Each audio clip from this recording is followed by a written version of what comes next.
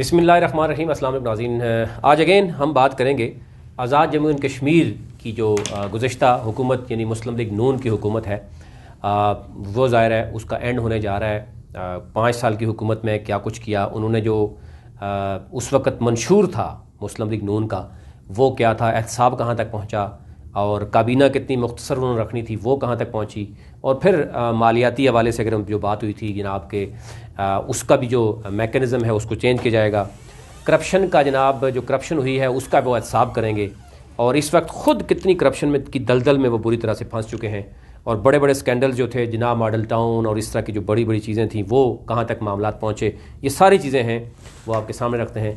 लेकिन दूसरी तरफ गुज़श्ता कई रोज़ से आपने देखा होगा कि वहाँ पर जो बुरी तरह से एक तरफ आटा बहरान भी है, लेकिन दूसरी तरफ से बड़ी बड़ी गाड़ियाँ भी ख़रीदी जा रही हैं। वो वहाँ के सदर हों या वज़ीर आज़म हों या इवन सेक्रेटरीज और डीजीज़ तक पहुँच चुके हैं कि वहाँ पर उनकी जो लाइफ स्टाइल है वो कैसा चल रहा है। इन तमाम तर सूरत हाल पर वंस अगेन जो है हमारे साथ मौजूद हैं ज़ीशान कुरैशी, जो कि सहाफ़त के साथ साथ जो सियासत है कश्मीर के हवाले से उस पर उन्होंने बड़ी गहरी नज़र है, उन्होंने लिखा भी है, इसके ऊपर बात करेंगे। ज़ीशान साहब अगेन बहुत शुक्रिया। राजा फ़ारूक हैदर साहब ने जो मंशूर दिया था, पहले तो उस पर बात कर लेते हैं, मंशूर क्या था और आज वो क्या कर रहे हैं। बिस्मिल्लाहिर्रहमानिर्रहीम। सती साहब आपका बहुत शुक्रिया, नवाजिश, और इस पे बेहद शुक्रिया कि आज़ाद कश्मीर के इश्यूज़ और वहाँ की सूरत हाल पर आपने तवज्जो दी और गुफ्तगू का मौका दिया। 2016 के इंतखाबात से कुछ अर्सा कबल, यानी आप 2011 और 16 के दरमियान पूरे 5 साल का अगर आप जायज़ा लें तो मुस्लिम लीग नून आज़ाद कश्मीर बड़े बबांगे दुल, बुलंद बांग दावे, बड़ी जज्बाती तकरीरों, बड़े जो है ना मतलब आंसू भरी जो है ना गुफ्तगू में यही कहती रही है कि इससे पहले आज़ाद कश्मीर में इंतहाई करप्ट हुकूमतें रही हैं। मसाइल की दलदल में है इस वक्त आज़ाद कश्मीर, मसाइल के अंबार लगे हुए हैं, तामीर और तरक्की नहीं है, करप्शन बेहिसाब है, और इसके अलावा बिलखुसूस आज़ाद कश्मीर में अकरबा परवरी, मेरिट का कत्लेआम और जो ब्यूरोक्रेसी बेलगाम हो चुकी है। ये आज़ाद कश्मीर के तक जो उस वक्त के अपोजिशन लीडर और मौजूदा वज़ीर आज़म के खताबात होते थे, तो इस सारी सूरत हाल पे मबनी एक मंशूर दिया था। और मैं खुद यहाँ इस्लामाबाद से हम कई जलसों में मुस्लिम लीग नून के कवर करने के लिए गया, जिसमें परवेज़ रशीद, आसफ करमानी, बरजीस तारी वफाकी वज़रा भी होते थे, और मुस्लिम लीग नून आज़ाद कश्मीर की क़यादत भी बिम्बर से नीलम तक। तो यही होता था जी कि हमने आज़ाद कश्मीर का हेल्थ का जो सिस्टम है, जो आज भी नागुफ्ता बेसूरत हाल है, जिसकी आज भी सारे लोग रावलपिंडी इस्लामाबाद, आज उसको दुरुस्त करना है, ये पॉइंट था। दूसरा पॉइंट था जी कि आज़ाद कश्मीर जो जिसका हर ज़िला LOC को टच कर रहा है, मीरपुर को छोड़ के, लाइन ऑफ कंट्रोल की अवाम की सूरत हाल, उनकी ज़िंदगियाँ वो कैसे जी रहे हैं, आप अगर देखें तो आप हैरान हो कि ये इस खित्ते में, जिस खित्ते में जो शाखर्चियाँ जो हैं शुरफा की और हुक्मरानों की, तो उस खित्ते के अवाम की LOC पे क्या सूरत हाल है। तो उनकी हालत बेहतर करने के लिए बंकर बनाने के जाने, कंक्रीट बंकर्स, वहाँ हेल्थ की इदारे बनाने थे, वहाँ जनाब हॉस्पिटल्स बनाने थे। फिर जो सबसे बड़ा दावा था वो ये था, जो पहली बार हमने सुना था, और मेरा ख्याल है पाकिस्तान के अवाम ने भी पहली बार सुना था, कि हर जलसे में ये कहते थे, आप रिकॉर्ड निकलवाएं जी, कि आज़ाद कश्मीर में पहली बार हम 3 एयर एम्बुलेंसें देंगे। बिल्कुल सही। कि जो LOC से मरीज को उठाएंगी और इस्लामाबाद लेके आएंगी या मीरपुर लेके आएंगी। बिल्कुल सही। एक ये बड़ा दावा था। दूसरा बड़ा दावा था जी कि आज़ाद कश्मीर, ये मैं हेल्थ से रिलेटेड बात कर रहा हूँ, कि आज़ाद कश्मीर के हर ज़िले में कमोबेश 100 कम अज़ कम 100 और ज़्यादा 300 बेड का जदीद तरीन हॉस्पिटल कायम करेंगे। ठीक है, ये दावा था। फिर हेल्थ को जदीद जो है ना खतूत पर इस्तवार किया जाएगा, ये सारे दावे थे एक वाले से। एजुकेशन के वाले से दावा था जी कि आज़ाद कश्मीर में जितने इदारे, पीपल्स पार्टी इदारे कायम कर गई है, 5-6 यूनिवर्सिटीज़, मेडिकल कॉलेजेस, लेकिन वो मजबूत बुनियादों पे नहीं है, उनके अपने बजट नहीं है, वो सब्सिडी पे चल रहे हैं, अवाम पैसा नहीं है हुकूमत के पास। हम ऐसे सोर्सेज जनरेट करेंगे और ऐसा मैकेनिज्म बनाएंगे, ऐसा निज़ाम बनाएंगे कि वो इदारे अपने जो पाँव पे खड़े हो जाएंगे, वो चलेंगे। फिर आज़ाद कश्मीर में मेरिट का जो है ना वो क़याम अमल में आएगा। ये बड़े दावे थे। फिर जितने कॉलेजेस हैं, जितनी यूनिवर्सिटीज़ हैं, जितने स्कूल्स हैं, उनको अपग्रेड, इस तरह नहीं है अपग्रेड करना जी कि हाई को जो है ना वो कॉलेज बना दिया या मिडिल को हाई बना दिया, बल्कि इनका दावा ये था कि उनको सहूलियात के एतबार से अपग्रेड किया जाएगा जदीद तकाज़ों के मुताबिक। लेकिन वो सूरत हाल थी, ये था बड़ा दावा। एजुकेशन के एतबार थे। जो तामीर और तरक्की के वाले से दावा था कि आज़ाद कश्मीर में जो बजट इंक्रीज करना है वो हो भी गया। और उसके बाद हमने आज़ाद कश्मीर की जो सड़कों की नागुफ्ता बेसूरत हाल, जो आप राब्ता सड़कें बैन अज़लाई के अलावा जो बैन तहसीलों के अंदर और जो वहाँ की मकामी सड़कें हैं उनको बेहतर करना और उनको जदीद खतूत पे जो है ना तामीर करना, ये सारे दावे थे। फिर उसके बाद इन सारे दावों के अलावा जो बड़े मंशूर में जो बड़ा दावा था वो था एहतसाब। आज़ाद कश्मीर में तमाम साबका हुकूमतों को मुस्लिम लीग नून करप्ट कहती थी।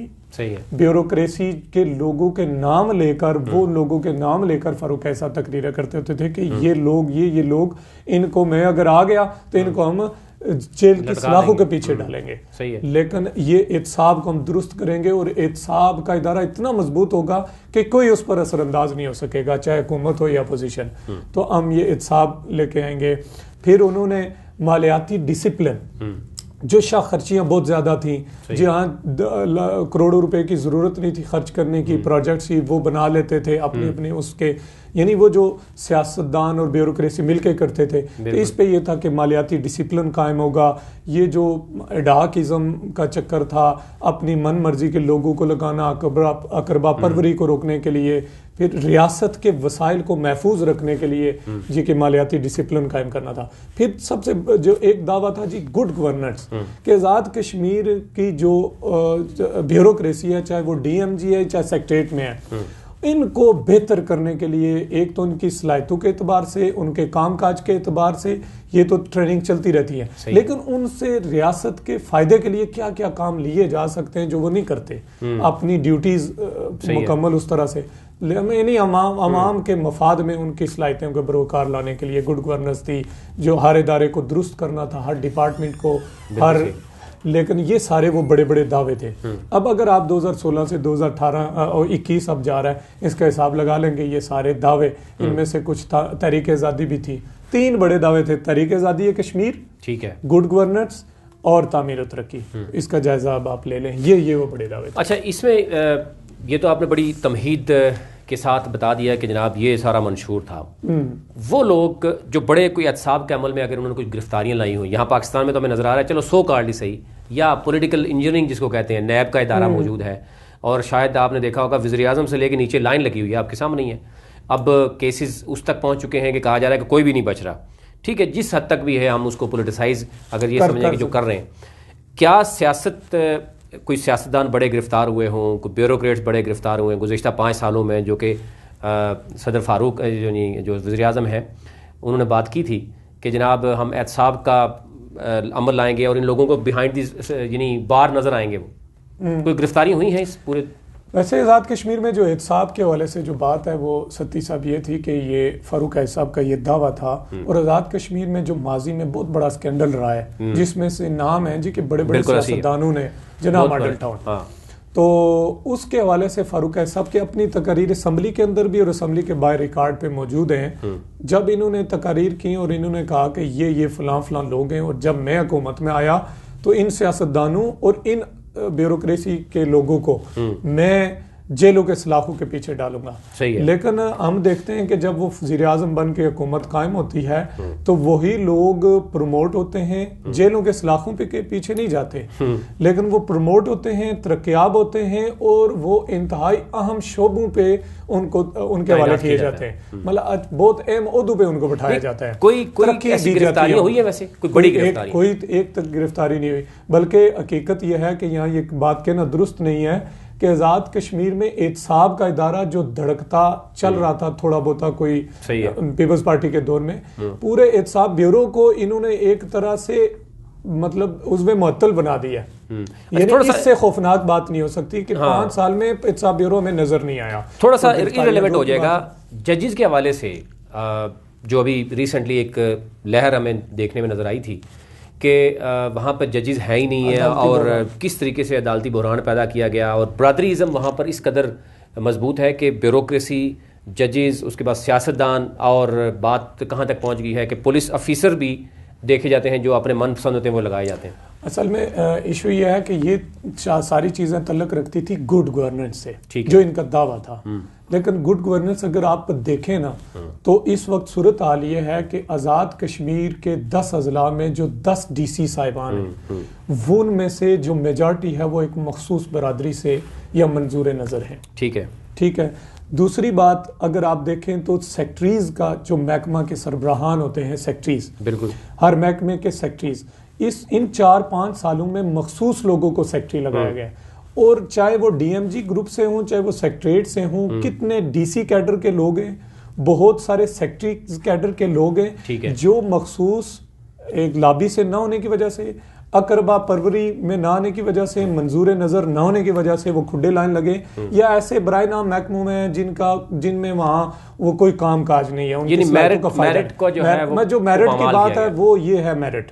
ठीक है, यहाँ कोई मेरिट नहीं है। मेरिट का दावा तो किया गया था, एक जगह पे नजर आया हमें एक अच्छा काम इस हुकूमत ने किया कि महकमा तालीम में सिर्फ टीचर्स की जो भर्ती है वो NTS पे हुई है, लेकिन उसी महकमे में क्लर्क्स भर्ती हुए, क्लरिकल जॉब्स हैं, उसी महकमे में दीगर जितनी भी जॉब्स हैं वो कैसे भर्ती हुई। आप अगर एक एक महकमे को खंगालें तो होशरबा इंकशाफात हैं और इंसान हैरान हो जाता है कि दावे क्या हैं और अमली सूरत क्या है। अदालती बहरान क्या था इसमें? जो अभी कुछ ये भी कह रहे थे कि कुछ जो जजेस हैं उस हवाले से बहुत ही ज़्यादा बहरान पैदा हुआ, सीट्स भी खाली हैं, उसके बावजूद अपना मनपसंद जज लगाने के लिए एक बहुत बड़ा बहरान पैदा किया। असल में सती साहब, ये आज़ाद कश्मीर की बदकिस्मती ये है कि इस वक्त आज़ाद कश्मीर गुज़श्ता 2 महीने से उसका सुप्रीम कोर्ट डिसफंक्शनल है।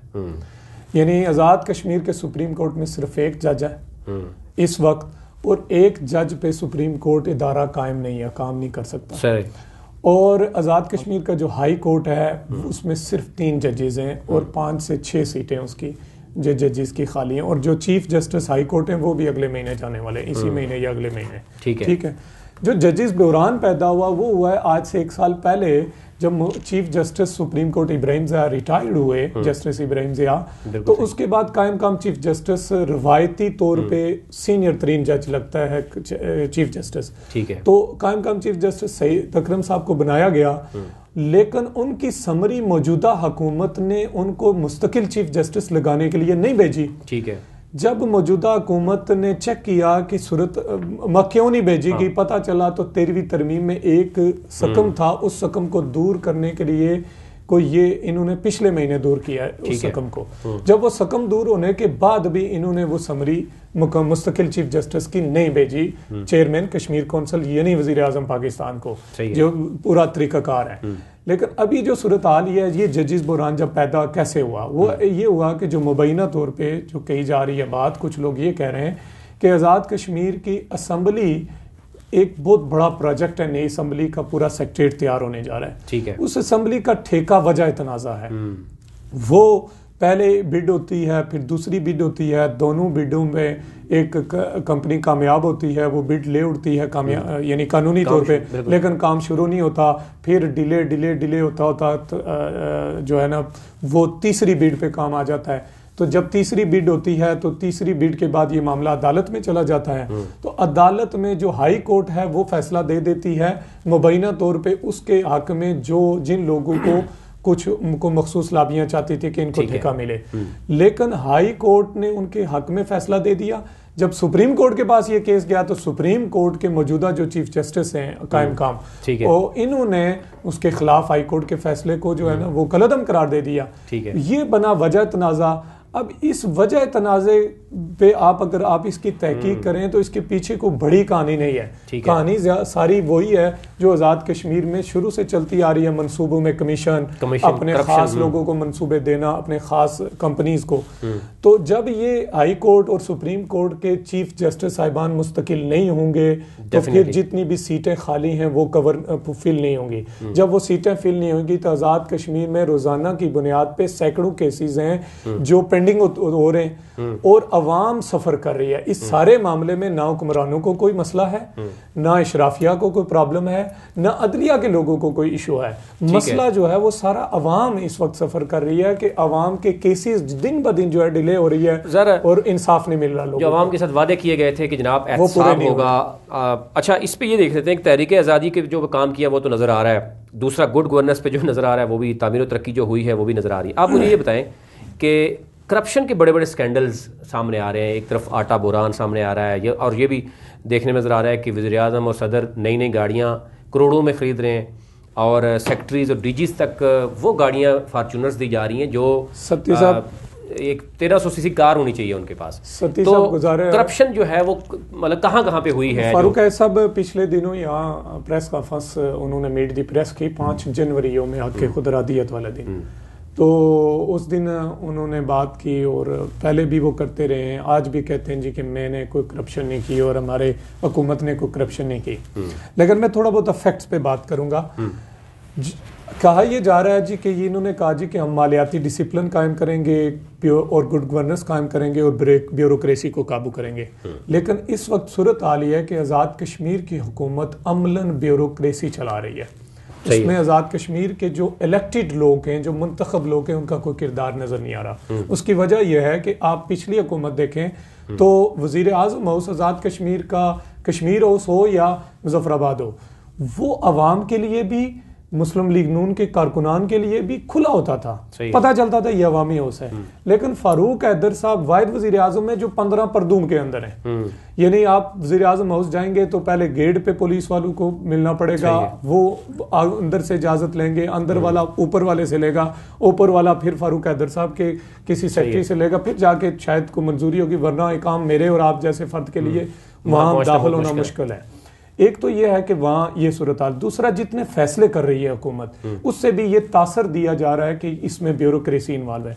अभी आपने करप्शन की बात की तो वो मैं बात पे आता हूँ, कौन कौन से डिपार्टमेंट पे सवाल उठाए जा रहे हैं। मैं नहीं उठा रहा, वो कुछ डिपार्टमेंट्स वो इदारे उठा रहे हैं। लेकिन अभी जो गुड गवर्नेंस की जो पोजीशन है वो ये है कि ये वो रियासत गरीब रियासत है जिसके पास सत्ती साहब आजाद कश्मीर में कोई एक हॉस्पिटल भी नहीं है जहां एंजियोग्राफी की सहूलत हो। सही है। सैकड़ों लोग रोजाना दिल के मरीज आजाद कश्मीर से पाकिस्तान के बड़े शहर जो इस्लामाबाद, रावलपिंडी, लाहौर, खारियां और गुजरांवाला का रुख करते हैं। ठीक है। और हर फर्द के पास इन शहरों में पहुंचने के लिए वसाइल नहीं है, वो कसम पुरसी की हालत में जो है ना अपनी बीमारी का मुकाबला करता है। आजाद कश्मीर के जितने 10 डिस्ट्रिक्ट्स हैं, इन्होंने कहा था जदीद हॉस्पिटल बनाने के, लेकिन 10 अजला में जितने भी DHQs हैं उनकी हालत ये है कि वो रेफर डिस्पेंसरियों से ज्यादा कुछ नहीं है। बस ज्यादा से ज्यादा कोई मेडिकल स्पेशलिस्ट के केसेस वहां डील हो रहे, उसके अलावा कोई बड़े केसेस डील नहीं हो रहे। उसका नतीजा ये निकलता है कि जितने भी गरीब, मैं जिला कोटली से तल्लक रखता हूँ, जिला कोटली से सबसे बड़ा जिला आजाद कश्मीर का, जितने भी गरीब जो मरीज हैं वो मजबूरन अपनी जो सीरियस हालत में उनको इस्लामाबाद लाना पड़ता है। गाड़ी का खर्चा, एम्बुलेंस का खर्चा, यहाँ इस्लामाबाद का जो खर्चा है यहाँ के हॉस्पिटल्स का, वो गरीब आवाम पे करती है। ये आज़ाद कश्मीर के उन हॉस्पिटल्स को दुरुस्त करने के लिए इनके पास पैसे नहीं है। इस वक्त आज़ाद कश्मीर में बुरान है आटे का। पिछले दिनों हमने फारूक साहब से पूछा कि आटे का बुरान है और आप सब्सिडी क्यों नहीं दे रहे, आटे का सस्ता क्यों नहीं कर रहे, बार बार महंगा कर रहे हैं। तो वो कह रहे थे कि मेरे पास पैसे नहीं है। यानी इनके पास ना हॉस्पिटल दुरुस्त करने के लिए पैसे हैं, अस्पतालों को जदीद खतूत पे इस्तेमाल करने के लिए पैसे नहीं है, इनको सड़कें जो राब्ता सड़कें हैं गली मोहल्ले की वो दुरुस्त करने के लिए पैसे नहीं है, तहसील हेडक्वार्टर्स को दुरुस्त करने के लिए पैसे नहीं है, LOC पे बैंकर्स बनाने के लिए पैसे नहीं है। पैसे हैं, किसके लिए हैं ये मैं आपको बताता हूँ। पैसे हैं, इन्होंने 3 नोटिफिकेशन पिछले 3-4 महीनों में किए हैं। पहला नोटिफिकेशन किया इन्होंने जनाब चीफ सेक्रेटरी IG का 4 लाख से जायद फी फर्द का माहाना इन्होंने अलाउंस बढ़ाया पर मंथ एग्जेक्टिव अलाउंस। सही है। दूसरा इन्होंने नोटिफिकेशन किया, उसको छुपा के रखा ताकि चीफ सेक्रेटरी और IG बदनाम हो। लेकिन वो दूसरा नोटिफिकेशन था जनाब सेक्रेटरीज को अपने मंजूर नजर जो सेक्रेटरीज लगे हुए हैं उनको जो है ना उन पे जो है नवाज शाद की आप भरमार देखें कि हर सेक्रेटरी कम बेश महीने में 2 लाख के करीब कौमी खजाने से मुस्तफीद होगा। अलग से अलाउंस मिलेगा उसको, जितना उसकी अलग है, उसके बाकी मराहत उसके अलग हैं, ये उसका एग्जेक्टिव अलाउंस होगा। फिर जब सेक्रेटरीज और इधर का मामला रुक गया तो नीचे से कुछ लोग और बोले जो जरीदा मुलाजमीन है, जो डीजीज तक लेवल, मतलब जो आप कह सकते हैं गजटेड ऑफिसर्स हैं। फिर उन्होंने तीसरा नोटिफिकेशन किया कि एक असिस्टेंट कमिश्नर से लेकर कमिश्नर तक जितने भी लोग हैं यानी 20 ग्रेड के, उनको इन्होंने फिर वो एग्जेक्टिव अलाउंसेस दिए। ठीक है, उसके लिए इनके पास पैसे, आप हिसाब लगाएं कि कमो बेश सिर्फ इन अलाउंसेस की मद में हुकूमत को कौमी खजाने से ज्यादा ना सही तो 2 करोड़ 2 करोड़ 3 करोड़ रुपया महीना देना पड़ेगा। एक तो ये बात होगी। दूसरे किसके लिए पैसे हैं? अभी आप अगर ये मैं अपनी बात नहीं कर रहा, ये फैक्ट्स मौजूद है, आप देखें, आप हिसाब लगाएं। वज़ीर आज़म साहब ने अपने लिए 5 करोड़ रुपए की गाड़ी खरीदी है, सदर साहब के लिए 5 करोड़ रुपए की गाड़ी खरीदी गई है। और दूसरी बात अगर आप देखें, आजाद कश्मीर के हर वजीर के लिए 1 करोड़ पे, तकरीबन 1 करोड़ पे कीमत है इसकी फॉर्च्यूनर की। ठीक है, फॉर्च्यूनर खरीदी गई है हर वजीर के लिए। सेक्रेटरीज की बेशतर सेक्रेटरीज के पास फॉर्च्यूनर है। उसके अलावा बहुत सारे डीजीज ऐसे हैं कुछ महकमा जात के जिनके पास फॉर्च्यूनर है, वो यूज कर रहे हैं। कुछ ऐसे आईनी इदारे हैं जिनके सरबराहान के पास भी फॉर्च्यूनर है। सही है। हमारे कमिश्नर्स के पास फॉर्च्यूनर है, हमारे डीआईजी साहिबान के पास फॉर्च्यूनर्स हैं। ये एक एक गाड़ी जो है वो 1-1 करोड़ रुपए की है, वो खरीदी है मौजूदा हुकूमत ने। ये अलाउंसेस दे रही है मौजूदा हुकूमत, किसको? ब्यूरोक्रेसी को। इसके पास आईटी के लिए पैसे नहीं है, मेरी गरीब रियासत के गरीब फर्द के लिए अस्पताल दुरुस्त करने के लिए पैसे नहीं है। अच्छा, इसमें एक और चीज अगर लिए पैसे मौजूद है। कोरोना के हवाले से बहुत सी आवाजें उठ रही कि जहां पाकिस्तान में 1200 अरब आपने देखा होगा तकसीम किए गए। ठीक है, गरीब लोगों में 12-12 हज़ार रुपए तकसीम किया गया, और उसमें जो मुस्तफीद होने वाले लोग हैं वो लाखों में हैं। जी जी, ऐसे ही है। आजाद कश्मीर में भी लाखों में है। तो कितना पैसा उनको दिया गया कोरोना की मद में? या ये वैसे मुख्तसर सी बात है कि आजाद कश्मीर हुकूमत ने कोरोना में लॉकडाउन लगाया और सख्त तरीन लॉकडाउन लगाया सबसे ज्यादा। और हुकूमत आजाद कश्मीर के क्रेडिट में अगर पूरे कोरोना के दौरानिये में लॉकडाउन के अलावा कुछ नहीं है।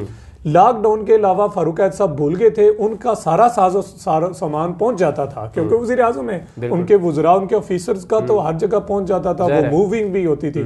लेकिन एक जो फर्द, एक मजदूर, एक दिहाड़ीदार, एक दुकानदार, एक कारोबारी तबके का आदमी, एक मुलाजम घर बैठ गया था, उसके लिए आजाद कश्मीर की हुकूमत ने एक धेले का काम नहीं किया।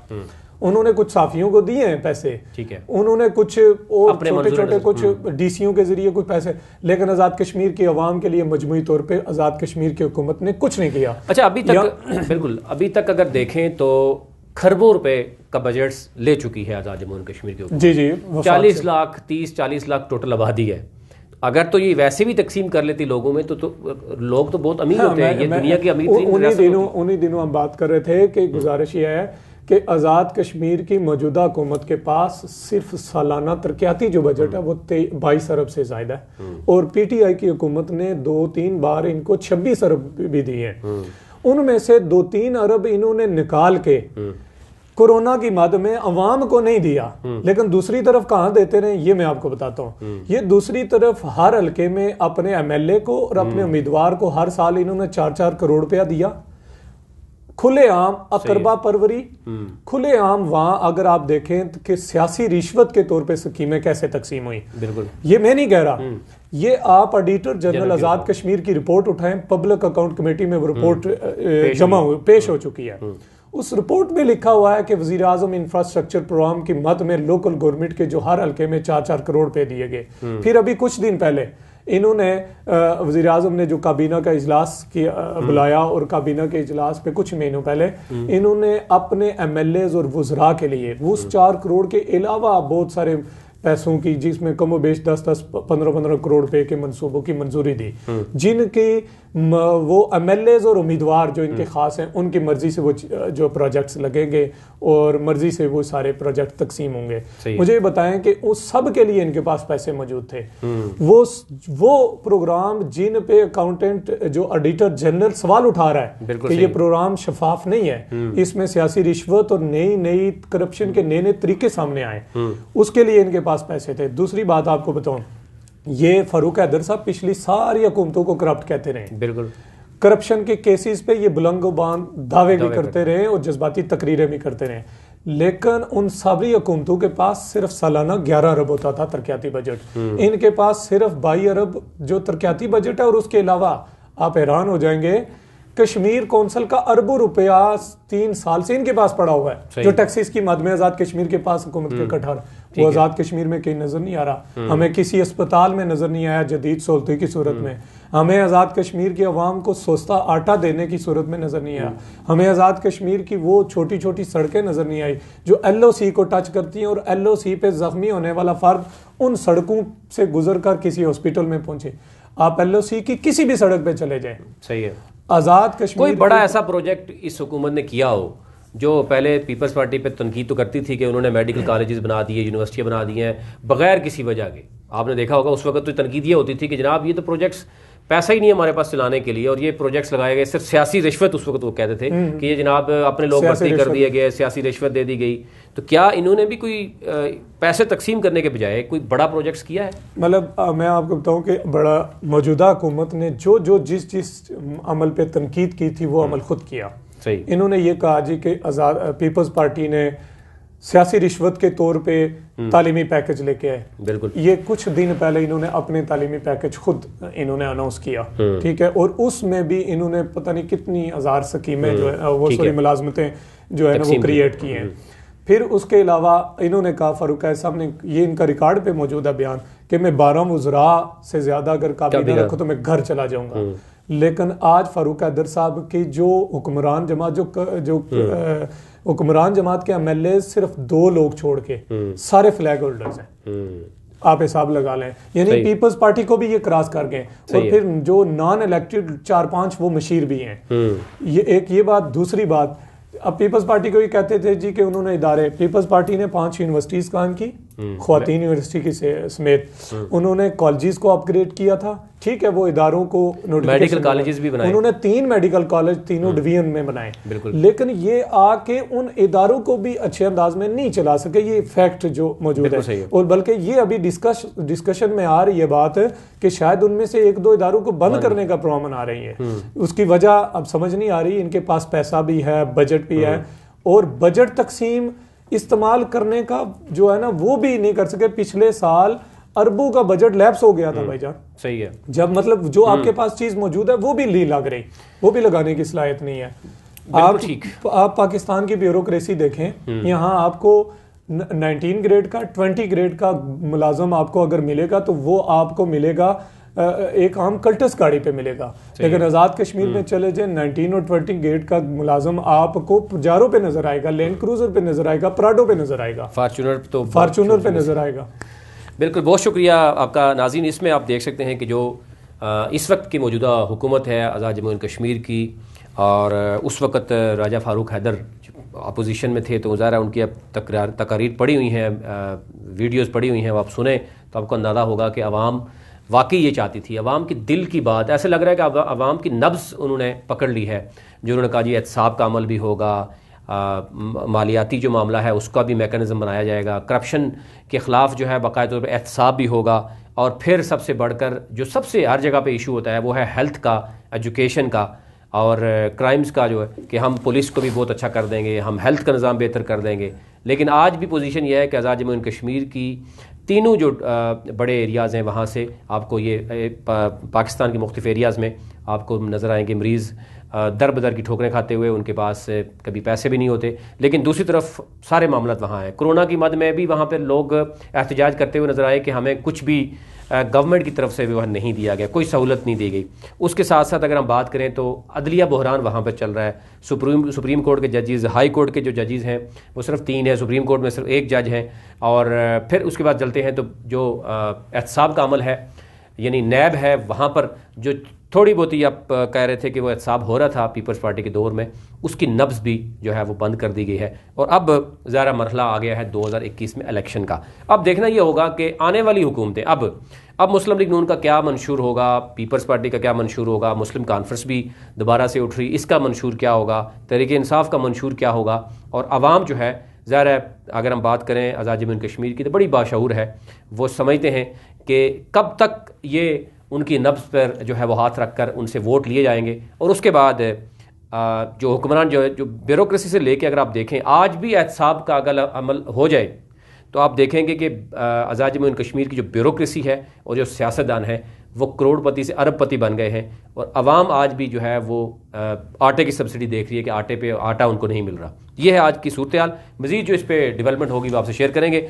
चैनल को ज़रूर सब्सक्राइब करें ताकि हर नई आने वाली वीडियो जो है वो आप तक पहुँच सके।